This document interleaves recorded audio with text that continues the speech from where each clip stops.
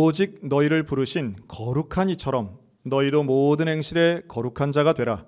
기록되었으되 내가 거룩하니 너희도 거룩할지어다 하셨느니라. 네, 오늘은 거룩한 성결교회라는 제목으로 함께 말씀 나눕니다. 제가 목회하면서 자주 듣던 질문 중에 하나가 있는데요. 그건 바로 성결교회는 다른 교회와 뭐가 다릅니까? 라는 질문이었습니다. 저는 오히려 그 질문을 춘천 와서 잘 안 듣는 것 같아요. 영남 지역에서 목회할 때는 참 많이 들었던 질문입니다. 참고로 말씀드리면 영남 지역에는, 특별히 제가 있었던 그 지역은 감리교, 침례교, 성결교는 거의 없고 대부분 장로교회였습니다. 이제 합동 측 반, 통합 측 반. 그래서 이렇게 연합으로 뭘 회의할 때 가보면 통합 측 목사님들이 이만큼, 합동 측 목사님들이 이만큼, 성결교 1명, 감리교 1명, 침례교 1명. 그래서 우리는 굳이 그렇게 안 해도 되는데 감리교 목사님하고 저 구석 테이블에서 잘들 해봐라 했던 기억이 납니다. 그 보낸 사람은 없는데 우리끼리 거기 가서 친하게 지냈습니다. 근데 반면 춘천에 오니까 우리 감리교회 목사님들이 참 훌륭하게 또 많으시고 상대적으로 전국에 비해서는 장로교회 목사님들이 좀 적은 것을 보게 됩니다. 지역적 차이가 분명히 있어요. 하지만 전국을 놓고 본다면 단연 장로교회 신조들이 훨씬 많죠. 규모를 놓고 본다면 장로교회 분들이 참 많으시고요. 최근에 이제 순복음도 많아지고 또 우리 감리교 분들도 참 많습니다. 근데 이제 오해하시는 분들은 왜 그렇게 개신교는 교파가 많으냐, 왜 그렇게 싸워서 갈렸냐, 좀 친하게 지내지, 이런 분들이 있는데 우리 신앙을 갖고 계신 분들 중에도 오해를 하시더라고요. 여러분, 우리는 장로교회와 싸운 적이 없습니다. 또 감리교회와 싸워서 갈린 역사가 없습니다. 그것은 우리의 선교 역사 속에서 하나씩 이렇게 감리교 선교사님이 와서 세운 교회는 감리교회가 된 거고요. 장로교 선교사님이 와서 세운 교회 장로교회가 된 것뿐입니다. 우리가 싸운 게 아니에요. 그리고 또 하나, 제가 옛날 얘기인데 제가 전도사 처음 됐을 때 우리 그 할아버지 원로 목사님이 설교하시면서 그런 말씀을 하시더라고요. 물론 이제 우리 성결교회를 어떤 좀 자부심 있게 얘기하시려고 한 건데, 장로교회는 장로가 주인이고 감리교회는 감독이 주인인데 우리 성결교회는 성결을 내세웠으니 제일 훌륭하다. 마음은 시원한데 사실이 아닙니다. 정확한 얘기가 아니에요. 그래서 저런 걸 이렇게 당당하게 말씀하실 수 있지, 하여튼 용기가 부러웠던 적은 있습니다. 다만 왜 이렇게 교단과 이름이 다른 것에 대해 우리가 어떤 정체성이나 이런 것들은 지금 같은 개교회주의가 강력할 때는 사실은 교단 간의 차이는 별로 드러나지 않습니다. 제가 그런 질문을 받았을 때는 대개 그런 질문하시는 분들은 성결교회가 어떻게 다릅니까 하는 분들은 내가 이 교회 다녀도 되겠습니까? 뭐 이런 질문이거든요. 그래서 신앙생활 하시면서 다른 거 거의 찾지 못하실 겁니다. 그 대신 비슷한 거 찾는다 생각하고 예배드리고 신앙생활, 교회생활 하시다 보면 전혀 차이가 없는 걸 아실 겁니다. 제가 이런 얘기 많이 했어요. 다만 알아야 될 건 있겠죠. 우리가 오해하면 안 되는 게, 원래 그 이름만 봐도 추구하는 지향점이라든가 혹은 그 교회가 무엇을 중요하게 여기는가는 알 수 있는데 그걸 또 정확히 알아야 됩니다. 예를 들면 여러분 장로교회라고 썼는데 아마 조금 눈치 빠른 분들은 그 밑에 영어로 이제 교회 이름 쓴 걸 보실 거예요. 근데 영어로 장로는 엘더입니다. 그런데 엘더 처치라고 쓰지 않아요.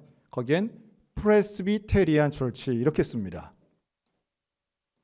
설교 때 영어를 얘기하면 갑자기 분위기가 좀 싸한 느낌이 있어요. 그냥 그러려니 하시면 되겠습니다. 근데 이 프레스비테리안이라고 하는 말은 그 자체가 프레스비라고 하는 히라보에서 온 건데요. 이거는 성숙한, 또 훨씬 연륜이 있고 성장한 이런 뜻입니다. 그래서 오히려 장로보단 원로 쪽에 가까운 뜻을 가지고 있는데요.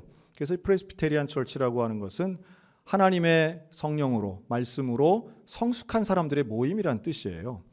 그러니까 어떤 장로의 직제를 뜻하는 단어로 사용되긴 하지만 이제는 시간이 지나서, 그러나 직분을 가지고 뭐 장로 거다 혹은 장로가 대표다 이렇게 하는 것은 그 이름 자체에 대한 오해에서 빚어진 겁니다. 침례교를 우리가 베프티스트 철치라고 하는 것은 침례의 의미를 우리가 좀 알아야죠. 그것은 세례주는 형식에만 국한된 게 아니라 침례를 통해서 온전한 인생의 변화가 있다고 생각하기 때문에 침례를 통한 변화 그리고 온전한 그리스도인을 추구하는 교회가 바로 침례 교회입니다. 중요한 건 이제 감리교회인데요. 여러분 감리교회는 그 영어 이름이 뭘까요? 혹시 아시는 분 계실까요? 영어 이름은 메소디스트 철치입니다. 나중에 이제 한번 보세요. 감리교회 간판을 이렇게 보시면 그 밑에 영어로 써 있는 게 이제 그렇게 써 있습니다. 메소디스트. 이게 무슨 뜻일까? 이게 상당히 중요한 거죠. 사실은 감독이라고 하는 이름은 감독은 어깨너머로 본다는 뜻의 에피스코폴이라는 단어가 있는데요. 그 단어가 붙기도 하고 떨어지기도 하는데 어깨너머로 보면서 감독한다 이런 뜻이에요. 그러나 한국 교회는 이 에피스코폴이 떨어진 소위 말해 메소디스트 철치의 전통을 이어받고 있습니다. 자, 여기에 대해 설명을 해야 되는데 우리가 잘 아는 존 웨슬레 목사님이 나옵니다. 이 존 웨슬레 목사님은 아주 좋은 집안에서 태어나서 17살에 옥스퍼드에 들어갑니다. 거기서 공부했는데요. 하나님의 은혜를 경험한 이후에는 1729년이거든요. 옛날 얘기입니다. 이때 이 옥스퍼드 학교 안에서 학생들을 모아서 이 경건한 모임을 만들어요. 그게 바로 홀리 클럽이라는 제목의 모임입니다. 당시의 영국이 어땠냐 하면 영적으로 타락하고 또 이 문화적으로 방탕한 사회였던 거예요. 그리고 옥스퍼드 학교 자체도 물론 유명한 명문 대학이긴 하지만 당시에 이 1700년대에 옥스퍼드에 들어온 사람들은 다 똑똑하고 돈 많은 좋은 집안 자녀들이었던 겁니다. 그러니 이 친구들이 들어와서 사실은 좋은 교육도 받지만 삶의 태도가 상당히 건방지고 문란한 생활들을 많이 했다고 그래요. 여기에 대해 존 웨슬리가 우리 그러면 안 된다. 자기 동생인 찰스 웨슬리와 함께 친구들과 함께 작은 모임을 만들었는데 우리는 하나님의 말씀의 원리대로 살자. 그래서 오늘날로 치면은 무슨 큐티 같이 매일 모여서 성경 공부하고 또 금식 기도도 하고 하나님 앞에 거룩하게 살기 위해서 잘못된 습관 이런 걸 다 끊어버리는 거예요. 그랬더니 동료인 옥스퍼드 친구들이 이 존 웨슬리와 함께하는 홀리클럽 멤버들을 뭐라고 놀렸느냐 하면 야 저렇게 원칙만 지키는 규칙주의자들 오늘날로 우리로 치면은 저런 앞뒤 꽉 막힌 범생이들 이렇게 놀린 거예요. 그 놀릴 때 썼던 말이 바로 메소디스트라고 하는 말이에요. 그래서 우리 메소드라고 할 때 여러 가지 단어의 의미를 쓰지만 이 존 웨슬리를 포함한 이 홀리클럽은 도대체가 이 시대의 흐름을 모르고 원리 원칙만 지키는 이 답답한 사람들 이렇게 조롱하는 의미로 쓰였던 단어거든요. 그런데 그 단어를 가지고 메소디스트 철치를 만든 겁니다. 자, 이것은 하나님의 말씀대로 살려고 하는 영적인 사람들의 모임이었던 거예요. 그 이후에 이제 모라비안 교도를 만나서 웨슬레 목사님이 감동도 받고요. 또 올더스게이트라고 하는 지역 그 동네에서 정말 하나님의 경험하는 회심도 경험하게 됩니다. 이런 영적인 체험들을 통해서 이 감리교회의 모토가 되고 이게 미국으로 건너가서는 아주 큰 교단이 됩니다. 그래서 이러한 감리교회는 미국에도 또 영국에도 한국에도 이제 큰 교단을 이루는데요. 우리가 이제 그 전통을 또 어떻게 성결교회와 연결되었는가라고 하면 이것이 1차, 2차, 3차 대각성 운동을 통해서 미국에서 물론 이제 남과 북으로 감리교회가 갈라지기도 하는데 여기서 세워졌던 교회, 무디 성경학원이라는 학교가 있는데요. 여기에 다니던 감리교인 2명이 있었습니다. 카우만과 길보른이라는 2명의 신학생이 이 학교를 졸업하고 이들이 우리는 동양 선교를 해야 돼. 그러고선 동양 선교회를 만들어요. 이게 이제 OMS라고 하는 건데요. 여기까지 오니까 좀 복잡하죠. 그런데 이 카우만 길보른이 그래서 일본으로 직접 옵니다. 와서는 나카다 주지라고 하는 일본인 목사님과 함께 셋이서 학교를 만드는데요. 동양 성서 학원이라는 학교를 만듭니다. 이게 재작년에 우리 일본 단기 선교팀이 가서 방문했던 학교이기도 합니다. 그래서 이 학교를 언제 만드냐 하면 1902년에 만듭니다. 학교를 세워요. 이게 상당히 아주 신속하게 이루어진 일들입니다. 30대 초반의 젊은이 둘이 미국에서 공부하자마자 오게 되는데 원래 직장 생활 하던 사람들이에요. 카우만과 길볼은. 구령의 열정 하나로 일본까지 와서 신학교를 만드는데 그 신학교 만든 지 1년 만에 신입생으로 누가 들어오느냐 하면 조선에서 유학 온 김상준, 정빈이란 청년이 이 학교에 신입생으로 들어온 거예요. 1903년입니다. 학교를 만든 지 1년 만에 들어온 조선인 청년 2명. 이 둘이 바로 우리 성결교회를 시작한 인물들입니다. 자, 학교를 4년 만에 마치고 다시 조선 땅 고향으로 돌아옵니다. 그리고 이들은 돌아오자마자 김상준, 정빈 두 청년은 서울시 무교동에다가 작은 집에 복음 전도관이란 간판을 달고 복음을 전파합니다. 그것이 우리 성결교회의 처음 시작이었어요. 이게 다른 교파와 뭐가 다르냐? 시간은 좀 늦어졌지만 1800년대 후반에 들어왔던 장로교나 감리교와는 달리 우리 성결교회는 1900년대 초반에 시작했지만 외국인 선교사가 들어와 시작한 것이 아니라 신학을 전공한 조선인에 의해서 시작했다는 것이 첫 시작이 좀 다릅니다. 그러나 감리교를 기반으로 했던 카우만 길보른 선교사님이 나중 10년 후에 다시 합류하게 되고 한국에 와서요. 조선에 와서 합류하게 되고 이 김상준, 정빈과 함께 이제는 동양 선교 교회를 만들게 됩니다. 이게 이름이 바뀌어서 기독교 대한 성결교회가 됩니다. 그래서 올해로 이제 115년째 되는 역사를 가지고 있고요. 그리고 그러한 복음 전파의 사명을 이룬 덕분에 지금 현재는 우리 성결교회는 전국에 3,000개 교회 약 50만 명의 성결교인이 있습니다. 물론 교세만 놓고 본다면 다른 교단에 비해서 아주 큰 교단이라고 볼 수는 없지만 그러나 한 10여 년 전에 국민일보가 선정한 가장 건강한 교단 그리고 교회가 또 신학교가 목회자가 자부심을 가지고 있는 교단 1위에 선정된 적도 있습니다. 처음부터 즉 1907년부터 지금까지 우리 성결교회가 변함없이 주창해온 전도 표제가 있습니다. 4가지인데요. 한번 따라할까요? 중생, 성결, 신유, 재림. 사실 이것은 김상준 목사님이 만들어낸 건 아니고요. 만국 성결운동 또 당시의 감리회의 가르침과 신학적인 웨슬레 신학과 결합되어서 전도 표제로 쓰였던 것들입니다. 아주 기독교의 기본적 교리죠. 거듭남의 중생, 거룩함의 성결, 병 고침 받는 신유, 그리고 예수님 다시 오시는 재림의 이 신학은 전도 때마다 또 설교 때마다 전파되었습니다. 앞으로도 우리 성결교회는 이 사중복음을 끊임없이 전파할 것입니다. 참고로 사중이라고 할 때 그 중자는 중요하다라고 볼 수 있는 단어입니다. 그래서 이 사중복음을 전달하는데 그중에 오늘 우리 교회의 이름이면서 전도 표제인 성결을 조금 쉽게 이렇게 말씀드리고 싶어요. 바로 오늘 하나님 말씀하시죠. 내가 거룩하니 너희도 거룩하라. 성결의 은혜는 결국 거룩함을 이루는 은혜입니다. 이 거룩을 어떤 형식적으로만 봐서 옆에는 성경책 끼고 목소리 낮추고 그냥 강단 위에 있는 목사인 저처럼 이런 어떤 형식의 형태만 가지고 거룩이라고 생각하면 이건 좀 오해죠. 여러분, 거룩은 거룩하신 하나님의 마음을 그 하나님의 형상을 회복하는 일입니다. 그래서 이 거룩은 세상 속에 있지만 세상을 부정하거나 미워하는 게 아닙니다. 저와 여러분은 하나님의 마음을 가지고 이 세상을 사랑해야 될 줄로 믿습니다. 하나님이 세상을 이처럼 사랑하사 하나님은 세상을 포기하지도 하나님은 세상을 부정하지도 않으셨어요. 세상을 사랑하셨습니다.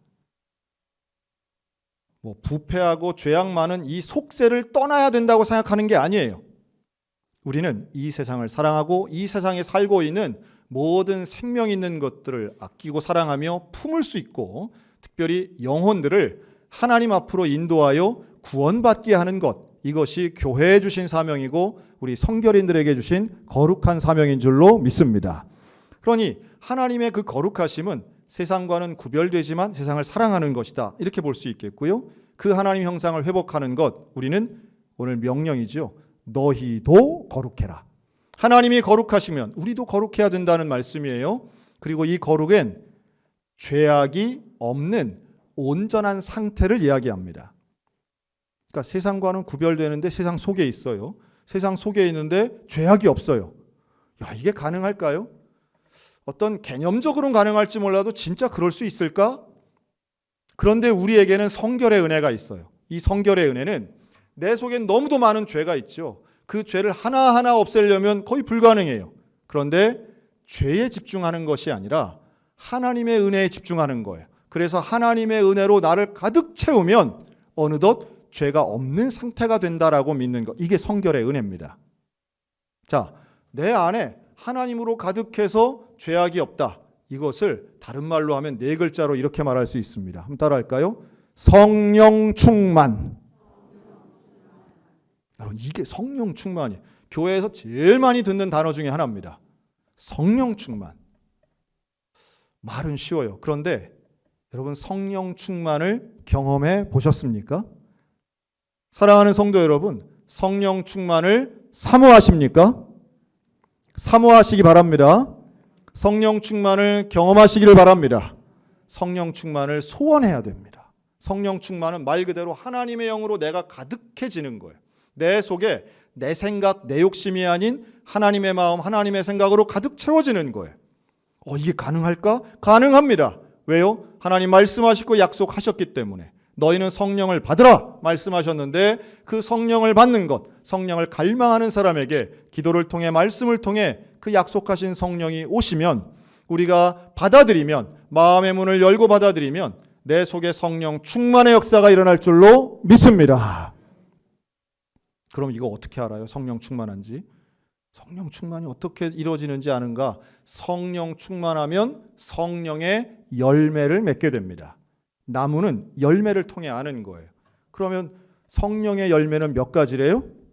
9가지. 자, 시작. 사랑, 희락, 화평, 인내, 자비, 양선, 충성, 온유. 네. 마스크를 하고 있으니까 그냥 다 하시는 것 같네요. 네. 이거 우리 공부한 지가 벌써 2년 지났는데 여러분, 성령 충만하면 하나님의 마음으로 내가 채워지면 복권에 당첨되고 애가 공부 잘하고 병에 안 걸리는 것이 아니고 성령에 충만하면 사랑, 희락, 화평, 인내, 자비, 양선, 충성, 온유, 절제가 내 삶 가운데 이루어지게 될 줄로 믿습니다. 하나님의 마음으로 가득 차면 소위 말해 내 마음이 평안해요 라고 우리는 뭉뚱그려 말하지만 그 평안이 세상 것이 채워졌기 때문이 아닌 하나님의 영이 내 속에 있기 때문에 사랑도 희락도 화평도 경험하게 되는 거예요. 여러분, 그 성령의 열매들은 우리의 인격과 밀접한 연관이 있고, 그래서 예수 믿는 사람의 거룩은 세상 속에서 존경받을 만하고 세상 가운데 질서를 회방하거나 어지럽히는 것이 아닌 성령 충만한 사람들, 성결한 사람들, 거룩한 하나님의 백성들은 반드시 사회 속에서 빛과 소금 될 줄로 믿습니다. 이게 우리 교회에 주신 너무도 귀한 사명들이에요.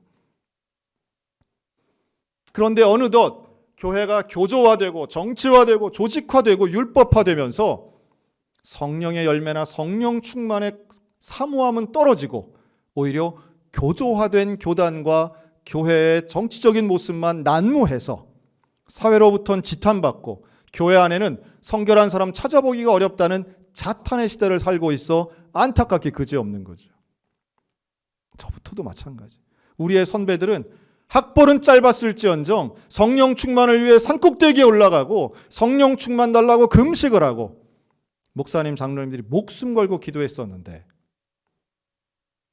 오늘날 우리 한국 개신교회가 처해 있는 위기의 현실은 결국 성결의 은혜에 대한 사모함보다는 나의 이득, 나의 입지, 이러한 것에 대한 파벌과 모임과 집단적 이기주의가 팽배해서 결국 우리 모두가 다 같이 타락하고 있는 것 같아 참 안타깝습니다.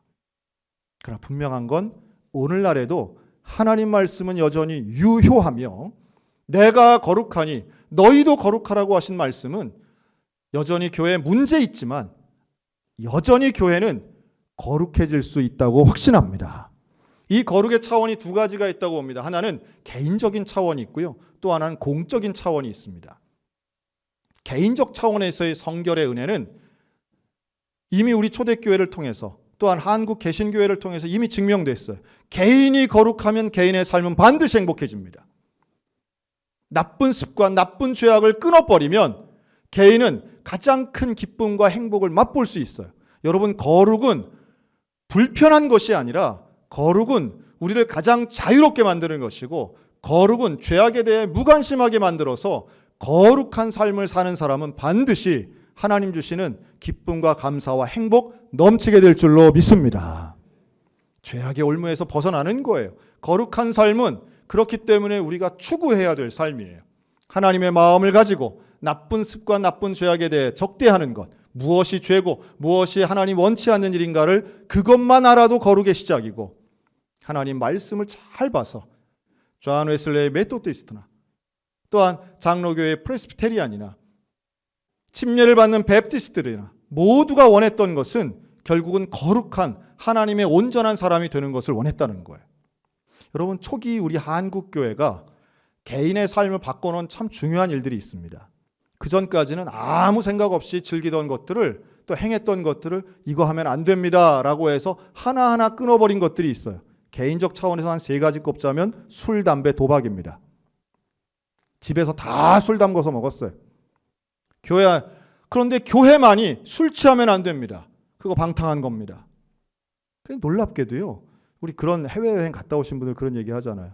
독일 교회는 맨날 맥주 마시던데 왜 한국 교회만 술 못 마셔요?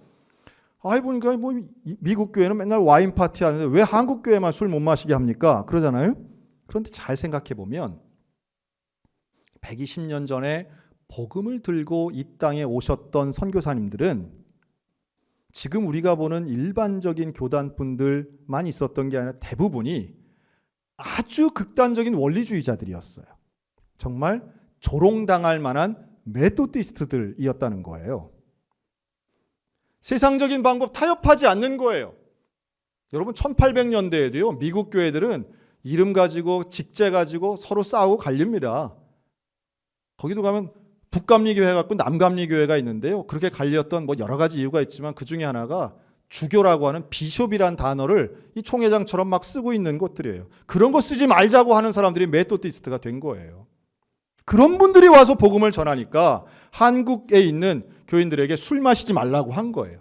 담배 피지 말라고 한 거예요. 성경엔 안 나오지만 그러한 습관들을 버리는 것, 그리고 삶의 질서를 잡는 것, 그런 원리 원칙 아주 타협하지 않는 그런 보수적 성향의 생활 습관을 갖는 것이 거룩으로 나아가는 입구고 통로라고 믿었기 때문이에요.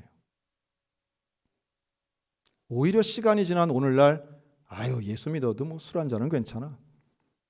담배는 뭐 기호식품인데 뭐 그렇게 빡빡하게 할 거 있나? 뭐 율법적으로 살 게 뭐 있나? 오히려 지금 우리가 그걸 가지고 타협을 하는 것이지, 맨 처음 이 땅에 조선 땅에 복음을 전했던 선교사님들은 그 누구와도 타협하지 않았던 분들이라는 건 명확합니다. 그리고 바로 그러한 엘리트 정신을 가지고 있던 영적 엘리트들이 들어와서 이 사회를 바꿔놓습니다. 축첩제도가 사라지고요, 중혼제도도 사라집니다. 또한 철저한 계급사회 봉건주의 시대에 살았던 우리 조선이 개화기를 거쳐서 변화될 때에 한국 교회가 했던 깨달음과 선포는 분명히 큰 역할들이 있었습니다. 조금 다른 얘기 한번 할까요? 저는 하여튼 일관되게 앞으로 이제 담배는 이 사회에서 확실히 퇴출된 것 같으니까요, 저는 술 이야기는 좀 계속 하려고 합니다. 저는 좀 불행한 사람, 이 시대에 좀 제일 불행한 사람 중에 그룹이 술 마시지 않으면 본인의 감정을 말할 수 없는 사람이 제일 불행한 인생 산다고 저는 봅니다. 그러니까 술을 마셔야만 사랑합니다, 좋아합니다, 혹은 내가 이래서 외롭습니다, 내가 이래서 참 힘들어요, 나는 이게 두려워요, 혹은 나는 이것 때문에 마음이 힘들었어요 라는 말을 술 취하지 않으면 못하는 사람들이 의외로 많습니다. 그런데 반면 그런 분들은 또 술에 취하면 그런 말을 술술술 해요. 입이 삐뚤어지면서. 여러분, 그때 누가 제일 불행할까요? 그 말을 듣는 가장 가까이에 있는 사람들이 불행한 겁니다. 특히 가족들. 정말 그 말을 들어야 하는데 들어야 할 말을 술 취중에 들으면 여러분 술 취한 사람 말은 믿어지든가요? 안 믿어지든가요? 안 믿어지는 거예요. 그건 신뢰도가 없어요. 술주정일 뿐이에요. 본인에겐 진심이고 그것이 용기를 담아서 하는 술김에 술의 힘을 빌려 하는 말이라 할지라도 저는 술을 마시면 거룩과 술이 얼마나 관계가 있냐라고 하면 저는 그 깊은 관계가 있다고 보지는 않지만 명확한 건 이거예요. 술 취한 사람은 거룩한 일을 못합니다. 술 취한 사람은 거룩한 일을 하질 못해요. 술 안 마신다고 다 거룩한 건 아니에요. 술 안 마시는 나쁜 놈은 더 많아요. 하지만 술 취함 가운데에서 행해지는 일들은 관계를 파괴하고 스스로를 무너뜨리고 불행한 대로 가는 거예요. 죄악을 더 심각하게 만듭니다. 여러분, 술의 유혹을 이겨내는 우리 사랑하는 성결교인들 되었으면 좋겠습니다. 술 취함의 미혹에서 벗어나셨으면 좋겠어요. 제가 우리 교단에서 만든 그 날마다 말씀드린 영상에도 잠깐 말씀드렸지만 여러분, 약주는 있습니까? 없습니까? 없습니다. 약주는 없습니다. 뱀을 넣거나 산삼을 넣거나 암만 좋은 걸 넣어도 술은 술일 뿐입니다.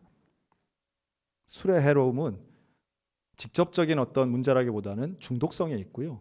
우리가 판단하지 못하게 만드는 중추신경계를 마비시키는 것이 무서운 거예요. 그리고 그것이 우리의 영적 생활에도 분명히 마이너스가 됩니다. 제 아무리 술을 허용하는 성공회, 카톨릭 또 다른 종파가 있다 할지라도 그분들 중에도 경건 생활하시는 분들은 술을 마시지 않습니다. 그러니 우리에게는 죄냐 아니냐를 따지기보다 거룩이냐 아니냐를 따지는 수준이 되었으면 좋겠어요. 술 마시는 게 죄냐 이렇게 따지는 것이 아니라 이것이 나의 거룩하고 성결한 삶에 얼마나 도움이 되겠는가. 이걸 마심으로 얻는 행복보다 마시지 않음으로 얻는 행복이 훨씬 크다는 걸 깨달았으면 좋겠습니다. 돈도 마찬가지예요. 여러분, 돈은 필요한 것이지만 우상이 될 때 우리는 결국은 불행한 삶을 살게 되는 겁니다. 여러분, 이 참된 진리, 하나님의 말씀을 통해서 세속적인 가치와는 타협하지 않으며 하나님으로 채워질 수 있는 성령 충만을 통해 거룩하고 성결한 삶이 분명히 개인에게는 행복을 주고요. 사회적으로는 더 나은 나라를 분명히 만든다는 확신이 있습니다. 왜요? 하나님 그렇게 말씀하셨기 때문에. 또한 역사를 봐도 마찬가지. 초기 우리 개신교는 분명히 이런 능력이 있었습니다. 1901년도에 황해감사에 윤덕영이라는 사람이 황해감사가 되었습니다. 그런데 이 사람은 소위 말한 탐관오리였어요. 그래서 사람들에게 무거운 세금을 매기고 그 가난한 사람들의 백성 재산을 막 수탈해 가는 거예요. 근데 여기에 대해 항의했던 사람들이 있었습니다. 바로 예수교인들이었습니다. 기독교인이었던 거죠. 그런데 무조건 항의한 것도 아니에요. 무슨 힘으로, 무슨 폭력으로 쓴 것이 아니라 조목조목 이 황해감사의 잘못된 것을 따지고 이걸 상소합니다. 그래서 결과적으로는 이 윤덕영 감사가 해직돼 버려요. 아주 이례적인 사건이 벌어진 겁니다. 백성들의 항의와 고소로 감사가 잘렸어요. 그랬더니 어떤 일이 벌어지느냐 하면 그 다음 후임이 와야 되는데 아무도 안 오려고 하는 거예요. 안 가려는 이유가 그 동네는 까다로운 사람들이 있어가지고 그 감사에서 내가 좀 이렇게 얻어내야 되는데 그거 못한다고 아무도 안 가려는 거예요. 증거가 뭐냐 하면 당시에 대한회보에 이런 사설이 실립니다. 예수교 신자들은 하나님을 공경하고 이웃을 사랑하는 종교로서 예수교인 때문에 감사에 부임을 못한다는 것은 말도 안 되는 이야기다. 그건 이미 본인이 탐관오리임을 증명하는 것이다. 여러분, 초기에 성결하게 살고 죄를 짓지 않고 하나님 말씀대로 살려고 했던 초기 그리스도인들은 숫자는 적었지만 얼마나 큰 영향력이 있었는지 몰라요. 이들은 깨닫고 믿고 행했습니다. 깨닫는 것도 참 중요합니다. 무턱대고 믿는 게 아니에요. 내 삶의 자리에서 또한 지금 이 시대에 가장 중요한 가치가 무엇인가를 깨닫고 잘못된 것과 그렇지 않은 것을 분별하는 지혜와 능력과 하나님의 말씀의 기준이 있었다는 거죠. 오늘 우리들도 마찬가지입니다. 오늘 우리의 삶에 과연 이 시대의 개신교회가 존경받지 못하고 무시당하는 근본적 이유가 어디 있는가? 외부에 있는 것이 아니라 바로 우리들 자신에게 있다는 것을 알아야 되겠죠. 우리가 과연 선배들과 같이 성결의 은혜, 거룩함의 가치를 쫓고 있는가? 아니면 세속적 가치를 따르면서 말로만 성결을 이야기하는가? 목사인 저부터 회개해야 되겠죠. 그리고 우리 모두에게 여전히 하나님이 주시는 은혜와 명령은 동일하다고 믿습니다. 베드로전서에 쓰여 있는 것이나 오늘 우리에게 하신 하나님 말씀이 여전히 동일합니다. 너희는 하나님의 마음을 품고 내가 거룩하니 너희도 거룩하라. 삶의 태도를 보는 개인적 거룩과 성결을 넘어서서 이제는 시대를 거룩하게 만드는 하나님 나라 만드는 우리 성결교회가 되었으면 좋겠습니다. 그리고 시대를 초월하신 하나님의 말씀은 진리이고 변함이 없는 그 진리의 말씀을 가지고 오늘도 거룩하고 정직하게 세상과는 구별되지만 세상을 품는 교회, 중생, 성결, 신유, 재림의 사중복음을 이 시대에 새롭게 적용하여 온전하고 건강한 교회, 100년 넘게 하나님이 인도하셨다면 앞으로도 함께 하실 것이니 그 주님 붙잡고 오늘도 거룩한 길, 성결한 길 걸어가는 우리 소양성결교회 되시기를 주님의 이름으로 축원합니다.